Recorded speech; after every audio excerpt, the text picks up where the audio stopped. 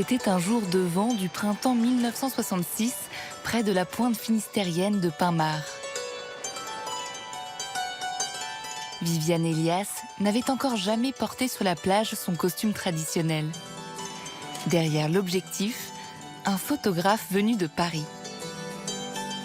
Au milieu, c'est ma sœur et à gauche, c'est moi. Monsieur Douaneau qui nous a fait marcher. Et ce jour-là, il y avait énormément de vent. J'ai vu que ma sœur était décoiffée, donc j'ai voulu la recoiffer. Et puis c'est là qu'il nous a pris en photo. Il voulait prendre des photos sans qu'on sache. Et là, pour moi, c'était pas dans mon idée. Mais après, cette photo-là, je la trouve bien, quoi. C'est un beau souvenir, bien sûr. La Bretagne n'a jamais été un port d'attache, mais un terrain d'exploration dans le parcours du photographe Robert Doisneau. Lorsqu'il découvre dans les années 30 cette terre lointaine et isolée, il n'est pas encore l'auteur du célèbre baiser de l'hôtel de ville.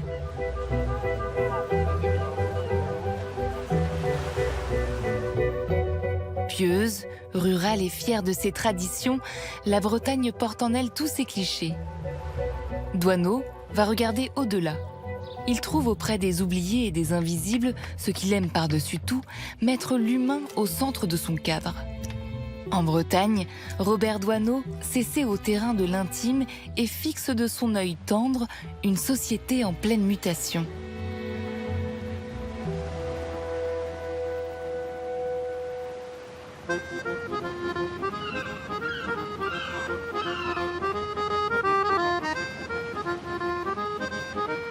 Non loin de Saint-Brieuc, dans les Côtes-d'Armor, Saint-Quay-Portrieux est une petite station balnéaire réputée pour ses vastes étendues de sable fin et sa côte découpée. À l'été 1935, Robert Doisneau a 23 ans. Il vient de rejoindre les usines Renault comme photographe salarié. Loin des lignes de production et des fumées de la banlieue parisienne, le jeune Doisneau s'offre ici ses premières vacances, un grand bol d'air avec Pierrette, sa jeune épouse. C'est un couple d'amoureux qui se retrouve sur cette plage. Et dans ce couple, il y a un photographe en devenir, Robert Doisneau, qui finalement va photographier son premier modèle et son premier amour, qui est Pierrette. C'est une côte qui est escarpée, c'est une côte faite de rochers de différentes couleurs. Elle a quand même une particularité, c'est cette série de grottes, ce qui donne un côté un peu mystique. C'est une côte qui est en relief, ce qui est toujours très intéressant pour un photographe. Ce sont ses volumes, bien évidemment, qui attrapent la lumière, qui créent les ombres et qui attirent forcément Robert Doisneau.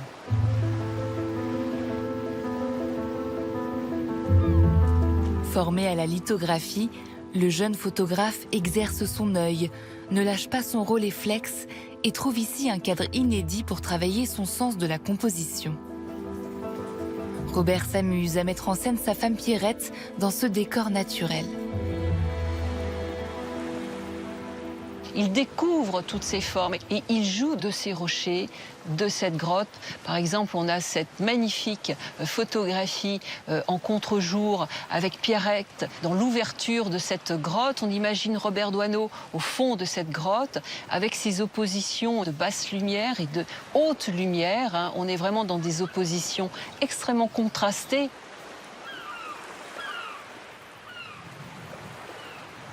C'est une série qui peut être un peu déconcertante pour qui connaît le Robert Doisneau, généralement le Robert Doisneau de Paris, de sa banlieue, des enfants qui s'amusent. Ce qu'on oublie, c'est que finalement Robert Doisneau aussi incarne également les principes modernistes de cette époque. C'était l'attirance pour la forme de ces falaises, la forme de ces mollusques, la forme de ces rochers et la forme de sa femme.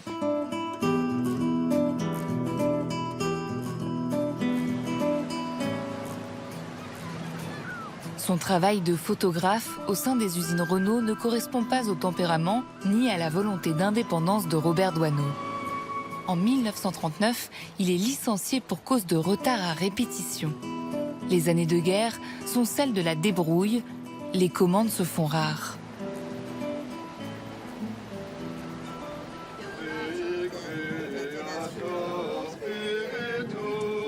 En 1944, le photographe résistant revient en Bretagne.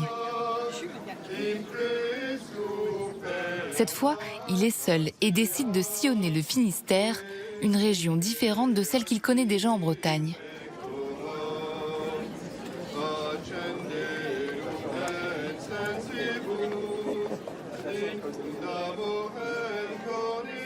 Doisneau se confronte à un rituel devenu un motif pittoresque de la peinture de la fin du XIXe siècle, le pardon.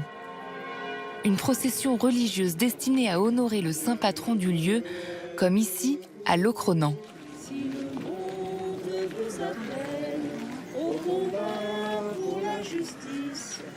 On lui demande un reportage sur le pardon, donc il faut qu'il se fasse un peu ethnologue au final, même s'il trouvait que le titre était un petit peu pompeux et que toute la photographie était forcément un peu subjective.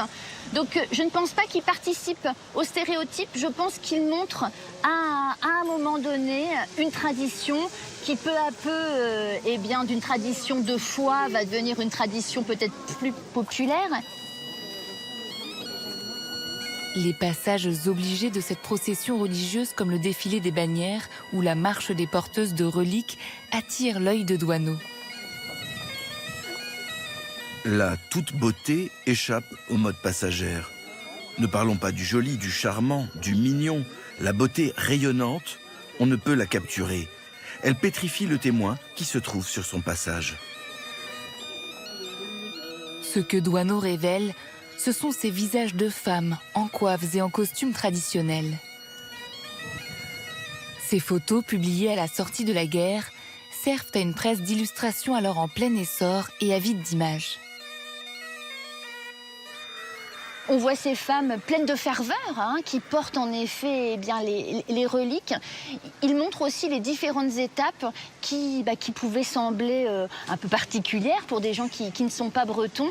Et je trouve que dans les photos qu'il a pu prendre, il arrive toujours à aller au-delà du pur folklore ou de la pure tradition pour amener son regard un peu empathique, son regard quelquefois aussi un peu amusé. Et puis toujours cette passion qu'il a pour les femmes, dont il aime, il le dit, le don d'éblouir, et qu'on le retrouve aussi dans ces clichés de Bretonne durant les pardons.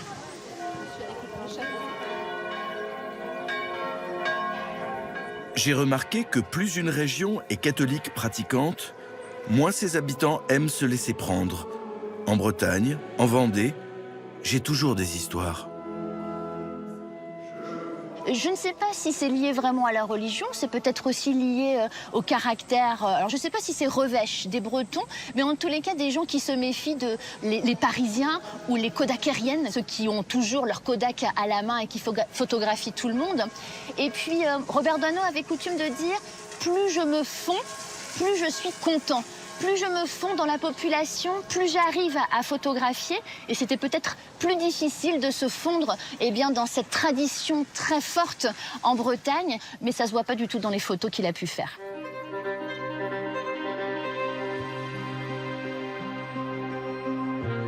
Robert Doisneau court après les commandes et collabore avec la presse de tout horizon. Des gamins des rues de Paris aux riches fortunés de Palm Springs, celui qui se définissait comme un artisan de la photographie capte les contradictions de son époque. Au début des années 60, la modernité arrive dans la campagne bretonne à coups de tracteurs et d'idées productivistes. Je n'ai jamais bien cherché pourquoi j'ai fait des photos. En réalité, c'est une lutte désespérée contre l'idée qu'on va disparaître. Je m'obstine à arrêter ce temps qui fuit.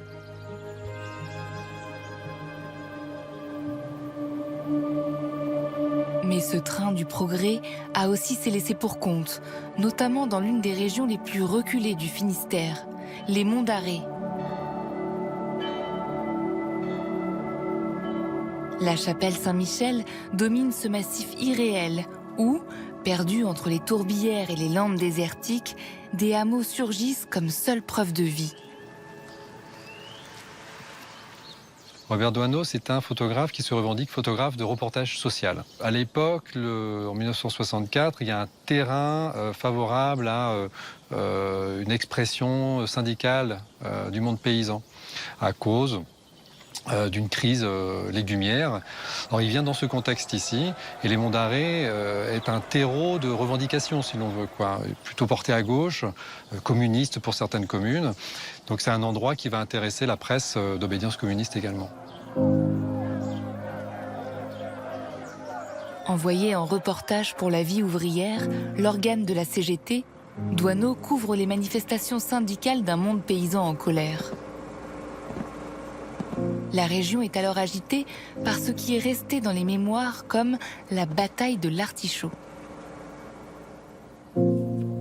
Je photographie les gens qui me ressemblent. S'il y a de la bienveillance, c'est que j'ai de la bienveillance envers moi. Je me regarde avec une grande pitié. Ce que va découvrir Robert Doisneau au cours de sa commande en 1964, ce sont des hameaux qui sont préservés pour certains, d'autres diront peu développés au regard de la modernité. Et ce qu'il photographie en Bretagne, c'est la vie de tous les jours, c'est la vie des paysans, c'est la vie des travailleurs. Donc il est tout à fait dans son sujet et dans ses préoccupations, là où il va être très à l'aise. Aimant se perdre et emprunter des chemins de traverse, le photographe pousse les portes des maisons paysannes et découvre des lieux comme figés dans le temps. Si on fait un tour de la photographie, on s'aperçoit qu'on est devant l'archétype de la maison paysanne, avec son vaisselier d'inspiration bretonne, la table paysanne où on a encore le reste d'un repas. Alors, ce qui est très amusant, il y a un détail amusant, c'est qu'on voit un fil courir au milieu de la photographie, qui est probablement le fil qui relie le dispositif de lumière de Robert Doisneau. Donc quelque part, il nous trahit un petit peu son dispositif. Je pense qu'il en a conscience par ailleurs, donc peut-être qu'il introduit aussi une certaine modernité dans cet espace-là. Celui qui se définissait comme un faux témoin a pourtant participé à documenter la Bretagne de ses paysans tiraillés entre deux mondes. Il est vraiment là pour témoigner de la fin d'une époque et le début d'une autre, et c'est ce qu'on voit, c'est symbolisé à travers ces deux générations-là, les parents paysans et des enfants qui, eux, rejetteront une certaine tradition, mais aussi un certain héritage rural. Comme dit Doisneau, on photographie toujours dans un rétroviseur, c'est-à-dire qu'on photographie toujours ce qui est en train de disparaître.